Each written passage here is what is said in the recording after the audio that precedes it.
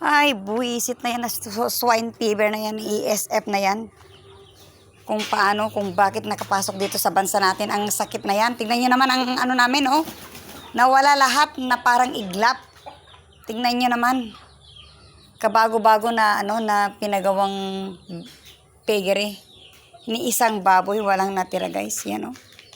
Sayang ang pangarap. Mangarap ka nga. Mangarap ka. Kaya kayong mga OFW, kasi hindi na ako OFW eh, yung anak ko na lang. Kayong mga OFW, pag-isipan nyo naman yung kalugihan. Kasi, kayo ang talo eh. Buti nga yung magsasaka, magsanla ka ng lupa.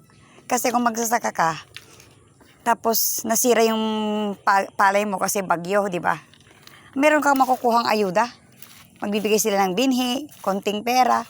Isa babo yan. Meron ka bang makukuha na na ayuda? Ni pisong duling, wala. Tignan nyo naman guys, ito. Yung mga libingan, ito. Ginawa na namin sementeryo ng baboy yung bakuran namin. Ito. Alam niyo ba kung ilang baboy ang nailibing dito? Ayan. Kung ilang baboy. Ako, makayak na naman ako. Yung mga gandang baboy namin na yung patiner. Ilang baboy? 3. 3 na baboy yan. Nagsunod-sunod. Yan. Ewan ko, 3. Tapos yung ang lalaki, ang gaganda pa. Yung sabi ko na inahin. Yung namatay, na ayaw kong katayin kasi siyempre may na yun. Tapos dito, kanina na naman yung inalagaan ko ng 10 days na ginalagyan ko ng nyog. Nagbili ako ng inyog. Ito yung libingan niya. Nagbili ako ng inyog. Yung napanood ko sa mga buwisit naman niya na nagsasuggest na inyog, i-spray mo. Niwala naman. Hindi naman mamatay yung buwisit na yan na ESF na yan. Nanggigigil ako talaga.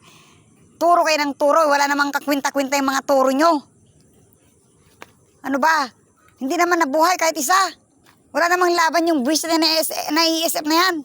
Oh, ito. Ilang baboy pa ang dito? 2. Tingnan nyo yan. Oh. Yan. Nilagyan namin ng Ito. 2 baboy dyan ang nakalagay dyan. Yun na lang alala ko kaya ito. Ginawa na namin sementeryo ng baboy. At sabi ko, sana mapagaan pa. Ito kaya ito, plano ng anak ko, linisan namin ito, sprayhan namin ang krudo.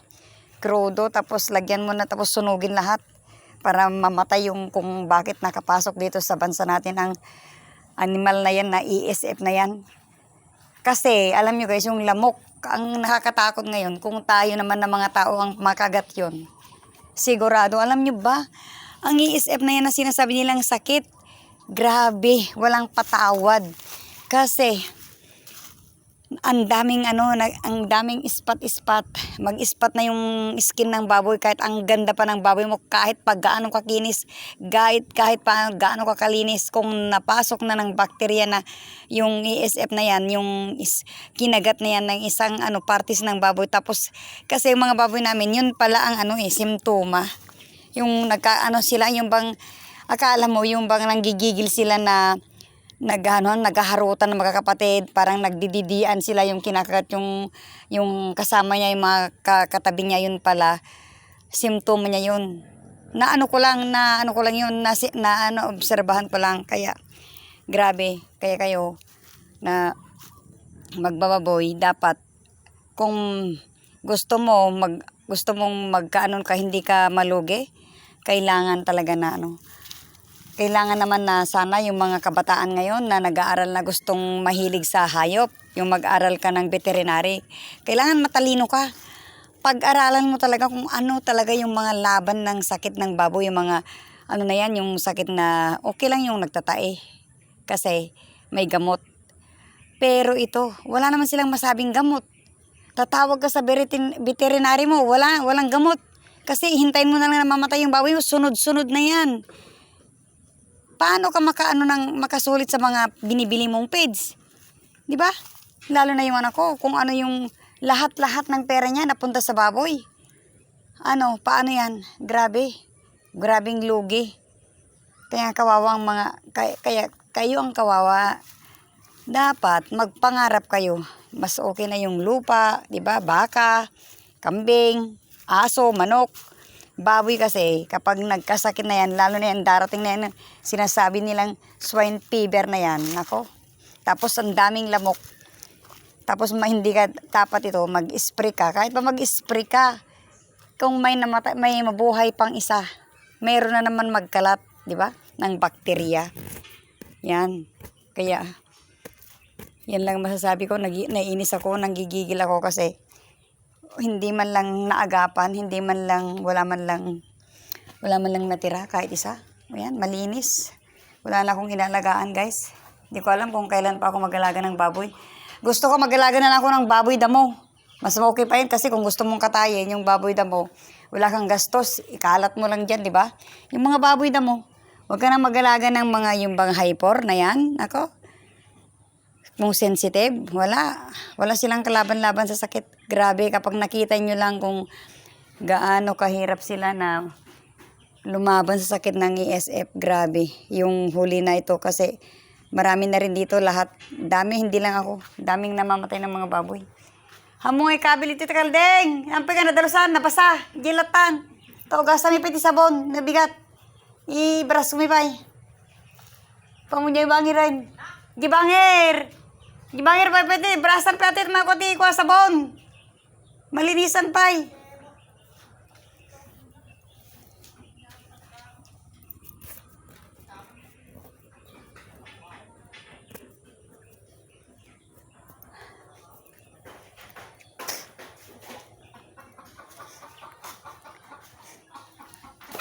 Libos pwede kaldingan eh.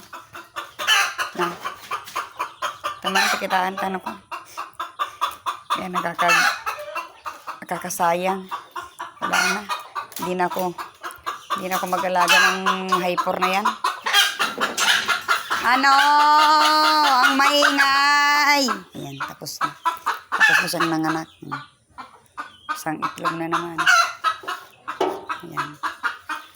Ilan pa? Wala na guys. Patay na. Pataylo na lahat ang mga baboy. Logi negosyo ngayon. Ayan. Logi negosyo. Kaya kawawa lang tayo na ano. Buti pa ngayong magsasaka eh. Mayroon silang makukuhang ayuda. Ikaw ba na magbababoy? Mayroon ka bang makuhang ayuda? Wala. Di pisong duling, wala. Pisong duling, wala. Sayang. Naghirap ka ng ilang buwan. Pinaghirapan mo ng ilang buwan. Wala ka man lang makita ano. Wala ka man lang matubo. Lugi ka pa. Ay, Diyos ko. Kaya, kayong mga magbababoy na yan, wala nang mabili. Mag-alaga na lang tayo ng mga native. Mas maganda pa yung native. Wala kang gastos. Yung native na baboy, wala kang gastos. Kaysa yung mag-alaga ka ng baboy, ano? Mag-alaga ka ng baboy, mamatay. Sayang lang yung gastos mo at magtanim ka ng mga halaman gaya nito. Yan. Ito yung tanim ko ng kalamansi. May bulaklak na naman. Buti pa yung mga halaman. Kahit pa paano, wala silang kalamidad. Bagyo at saka bagyo lang at saka yung... Pero pag lumaki na sila, wala na. Yan yung kambing, yung baboy, nako. Pag dinapuan yan ng mga sakit, wala ka ng laban. Kaya wala.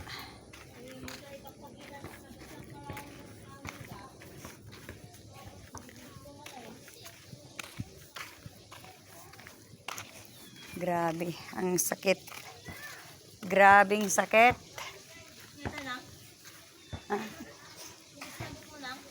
Agitlog na lang nga duwa.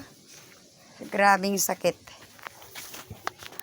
Kaslala, bigla. Diyos ko, pag sandaling iglap lang. Tingnan nyo naman mga alaga ko, tingnan nyo. Daig pa ang katulong sa abroad ang trabaho ko, tingnan nyo. Daig pa ang katulong sa abroad. Daming trabaho. Diyos ko, maawa ka naman. Hay, nako. Hindi ko alam kung kailan pa ako mag-alaga yan, oh. Yung lechon, di pa kinakain, oh. Sinong may gusto ng ulo ng lechon? Andyan pa sa rep. Tagal na. Yan lang yung unang baboy na, na sabi ko gusto kong magluto ng lechon kasi baka dumapo dito yung sakit na swine fever, hindi man lang matikman. Pero Kon isang kagat lang ng yung yung anong tawag yan, yung ano niya, yung balat. Yun. Natikman ko pero sa totoo guys, wala. Parang hindi papasok sa lalamunan ko. Kasi nga, naisip ko kung darating dito yung sakit na yan, sabi ko mawawala lahat itong mga baboy ko. Kaya yun, lahat nawala. Tanggap na namin. Kaya yun lang guys, i-share ko. Wala, talagang nagalit na si Lola. Wala na. Wala nang pag-asa. Mag-alaga na lang tayo ng halaman or halaman, manok. Kahit yung manok, may piste din ang manok eh. Mag-alaga na lang tayo ng halaman at saka magtanim na lang tayo ng mga gulay, ganun. Hindi ka pa malugi dyan. Bagyo din. Kung may bagyo, yun, wala na. Okay na yan guys. Bye-bye na. Na-share ko lang yung nararamdaman ko kasi masakit talaga kapag nawala lahat ang alaga mo eh. Mahirap.